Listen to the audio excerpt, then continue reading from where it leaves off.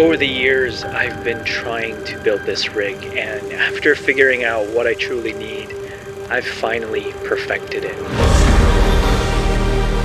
Countless times I've bought and tested different parts, which brands to pick, and would it pass the test of time. Countless times parts broke during vigorous work and unfortunate accidents.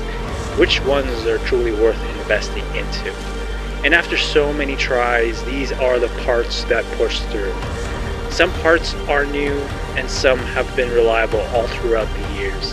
And with the ever constant changing demand of each production, this has been very challenging.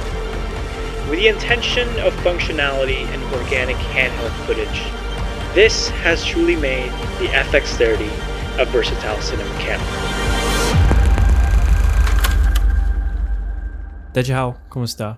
My name is Victor and let's start rigging up the FX30. So I went with the SmallRig half cage. This is the version 1 for the FX3 and obviously it fits the FX30 as well.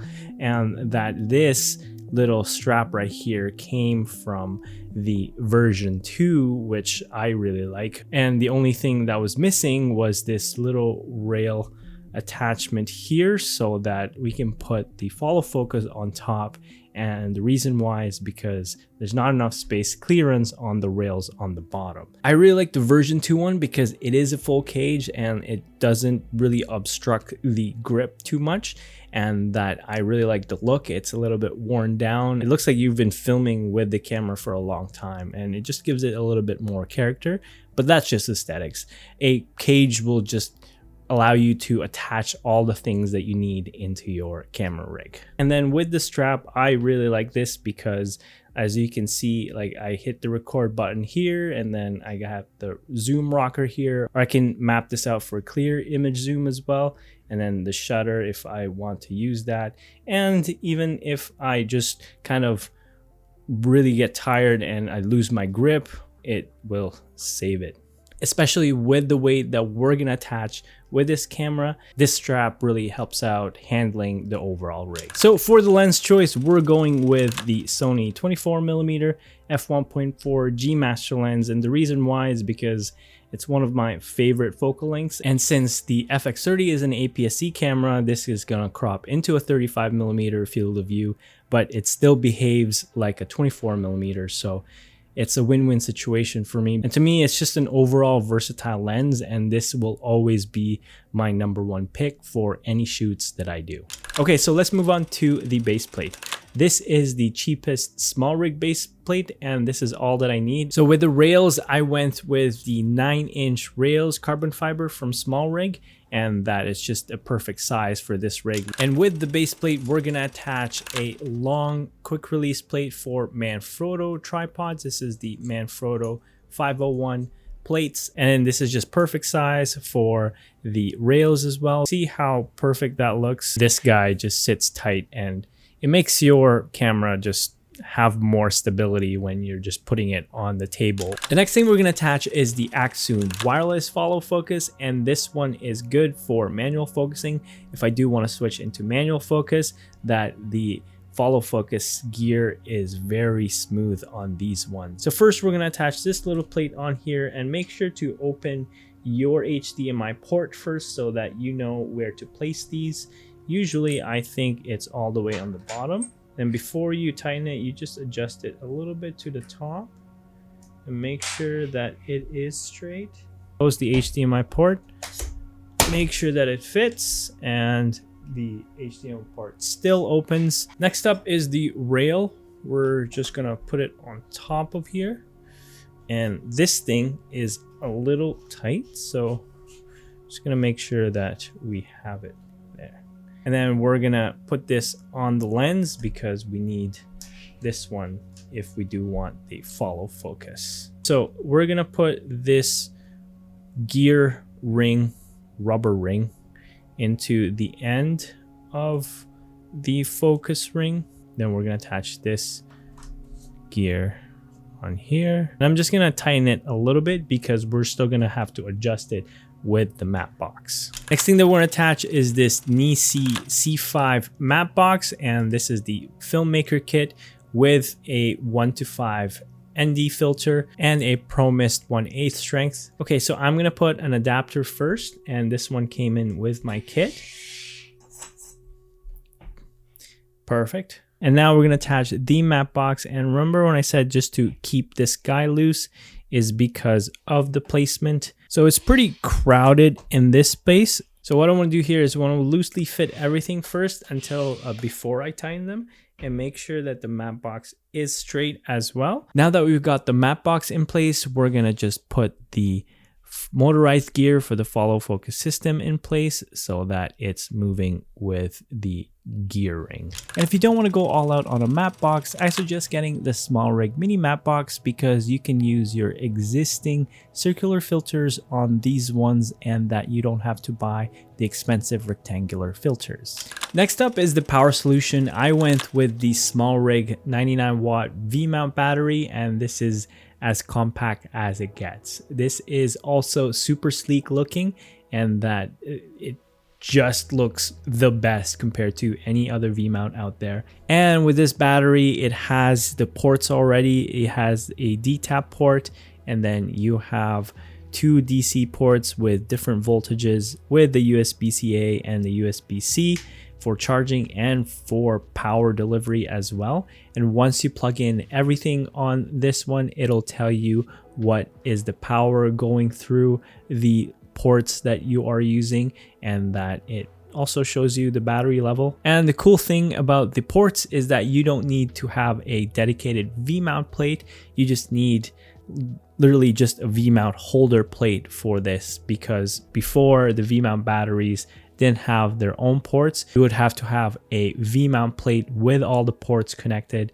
But this one, it just comes along with the battery, so you don't have to worry about it. And the beauty thing about these ports as well is that you can charge this via USB-C. And it's great because this one, you don't need to buy a dedicated D-tap chargers, and those are super expensive. Okay, so we're just gonna attach this one, but before we do that, we're just gonna open up the screen and then have this on here. We're gonna attach the battery first before we lock it in. And then we're just gonna put this closer to the camera and make sure to leave a little bit of a space here, because if we're hugging this rig while we're shooting, especially if we want stable handheld shots, you want the pressure to be on the battery and on the mount rather than this little hinge right here. Because if you press on it, I feel like this is a very weak hinge. And from here on, we're just gonna tighten it. And we're good with the power solution. All right, so now for the top handle, we're using this NATO rail top handle from SmallRig. I think this is their newest one with a start-stop trigger. And I don't usually use this one unless I'm not charging the batteries with the V-mount, but I mean, it's a useful feature. I just like this new one because it has a comfortable grip rather than the old designs that were kind of weird to handle. And with this one, it has a safety feature with the cold shoe mount. If you have a monitor here and that accidentally got loosened, it doesn't just fall because you have an extra hook right here to stop it from falling. Okay, so we're just gonna attach this on the top right here, and we're gonna make sure it's right in the middle of the hot shoe. What I have is the Atomos Shinobi 5-inch monitor, and that this is all that I need because I just record internally rather than using a Ninja 5 recorder. I don't really need ProRes RAW unless I really have to, and that 5-inch monitor is perfect for this rig. I've had the Shinobi for about 4 years now and it's still going strong. And then the monitor mount that we're using is another SmallRig piece. I got them from Amazon. It's like very quick shipping, that's why. This is my old one, and this is another SmallRig cold shoe monitor mount. I guess it's been years with this guy. The only thing that I didn't like about this is that you always have to tighten it with this little Allen key screw, but with this one there's a thumb screw on here so you can just tighten it easily. Okay, let's power up the monitor first. We're gonna use the D-tap to a dummy NPF battery so that it hooks right into the V-mount battery right there. With cable management, I use this little thumb screws as little hooks so that I can neatly route them all the way towards the back. And then from here, we're just gonna push it right in the corner. And then we're gonna attach this guy And then we're gonna make sure that this guy is tucked away to the corner neatly. Before we move on to cable management, this is the last piece of the puzzle. This is the SONY FX30, and you can use any transmitter that you want. This is a video transmitter so that you can give your clients a feed of what you're shooting. I usually power it with a small NPF battery or plug this into the other DC outlet on the V-mount battery. Just make sure it's secure in place. Okay, let's talk about HDMI cables. This is the SmallRig ultra slim HDMI cables, and I think they're 55 centimeters, and this is enough for the length that I need. And then we're just gonna route these. What I'm gonna do on here is that I'm gonna route this all the way to the inside of the screen, and then I'm gonna hook it up on the bottom over here.